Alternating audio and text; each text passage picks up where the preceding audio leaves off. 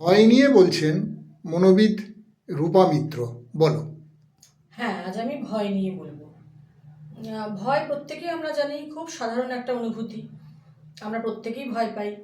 যেমন খুব সাধারণ ভয়ের মধ্যে ধরা যায় যে অন্ধকারে একা থাকতে ভয় লাগা, কোনো বিপদের ভয়, সবসময় মনে হয় কোনো একটা বিপদ হয়তো হবে, বা পড়াশুনোর ভয়, চাকরি চলে যাচ্ছে, আবার কি চাকরি পাবো সেই ভয়, সম্পর্ক হারিয়ে যাচ্ছে ভয়, এরকম নানান রকম ভয় কিন্তু আমরা প্রত্যেকেই জীবনের কোনো না কোনো ক্ষেত্রে এক্সপিরিয়েন্স করেছি।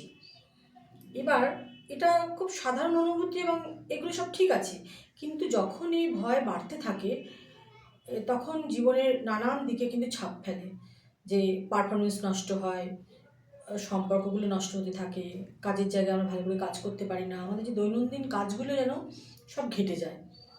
আর সব থেকে মনে রাখতে হবে, সব থেকে বড় ভয় হলো কিন্তু মৃত্যু ভয়, যেটাকে আমরা হয়তো সেরকমভাবে বুঝতে পারি না। তো এই যে ভয় যখন বেড়ে যাচ্ছে, তখন আমরা কি করব, আমাদের কি করা উচিত? প্রথম যেটা বলবো যে এই ভয়টাকে কিন্তু অগ্রাহ্য করা উচিত নয়। কারণ ভয়টাকে অগ্রাহ্য করলে না কোনো ভয় নেই, অনেকেই বলবে যে না না কোনো ভয় নেই, কিছু না, কেন ভয় পাচ্ছিস? কিন্তু দেখা যাবে এইসব কথাতেও যখন ভয় কিন্তু কমছে না, ওটা বাড়ছে, তখন ভয়টাকে আমাকে অ্যাড্রেস করতে হবে যে কেন ভয় পাচ্ছি, ভয়ের উৎসটা কী, কিসের জন্য ভয় পাচ্ছি, আদৌ কি কোনো ভয়ের কারণ আছে?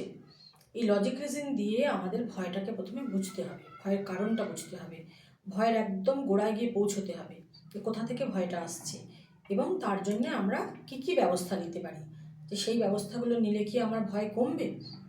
তো তার মানে কি হলো, যে লজিক রিজন দিয়ে আমরা ভয়টাকে সিস্টেমেটিক্যালি কমানোর চেষ্টা করব, তার জন্য কী কী ব্যবস্থা নেওয়া যায় সেই সমস্ত ব্যবস্থা করব। এছাড়া আমাদের, যেমন আমরা একটা উদাহরণ দিয়ে বলতে পারি, যে সবথেকে কমন একটা এক্ষুনি মনে আসছে, পরীক্ষা ভীতি। এটাও আমরা বোধহয় প্রত্যেকেই কখনো না কখনো এক্সপিরিয়েন্স করেছি।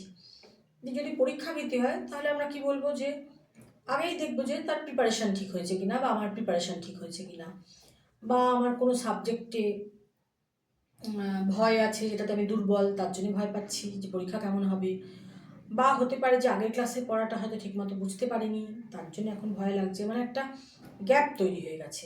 তার মানে কি, আমি বিভিন্ন দিক থেকে বোঝার চেষ্টা করলাম যে কী কারণে পরীক্ষা ভীতি হচ্ছে, যার জন্যে আমার পরীক্ষায় গিয়ে কিন্তু পারফরমেন্সটা নষ্ট হচ্ছে। তো এইভাবে আমরা ভয় কাটিয়ে উঠতে পারি, যে ভয়ের জন্যে কী কী ব্যবস্থা নিলে আমার শিক্ষার থেকে আমি ভয় কমাতে পারি। এছাড়াও কিন্তু একটা খুব গুরুত্বপূর্ণ কারণ আছে, যেরকম আমরা দেখেছি বিভিন্ন শারীরিক অসুস্থতা, যেরকম high blood pressure, sugar, thyroid, তারপর পালস রেট, এইগুলো থেকে দেখা যায় যে এগুলো যখন গণ্ডগোল হয় বা তার একটা ভারসাম্য নষ্ট হয়, এখান থেকে কিন্তু ভয় বা উদ্বেগ বাড়তে থাকে। সুতরাং এই চেক আপগুলো একটু রুটিন মাফিক করিয়ে নেওয়া।